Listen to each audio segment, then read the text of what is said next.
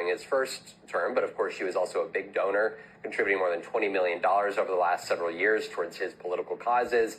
But she also was serving as a co-chair on his transition team the last several months, helping this transition get off the ground and go through and start to establish some personnel. So she has been somebody who has been very loyal to the former and now President-elect Trump.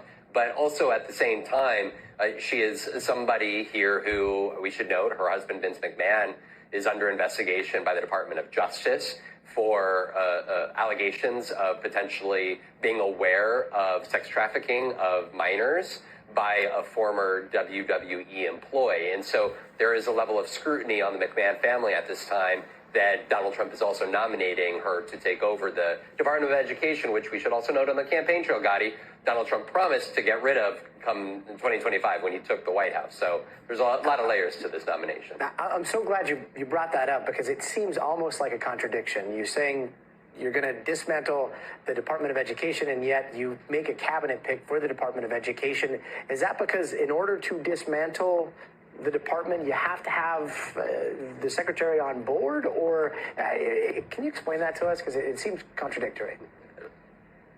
Right. I think that there's a lot of questions that would be great to get the answers from Donald Trump on, because on one hand, Vivek Ramaswamy and Elon Musk, they have touted that they're going to try to consolidate departments and agencies, and they, along with Donald Trump, have said they want to completely dismantle the Department of Education. But in the meanwhile, there still needs to be a secretary, at least come January 2025, and so that's what they've tapped McMahon to do. We should note in the press release that they sent out announcing her nomination, they did say that she was going to advocate for school choice around the country. So there are clear issues and policy that they want to advance on the educational front, but they have argued that education should largely go back to the states, and the federal components of it should go out to other departments, and that the federalization of education in the country is unnecessary.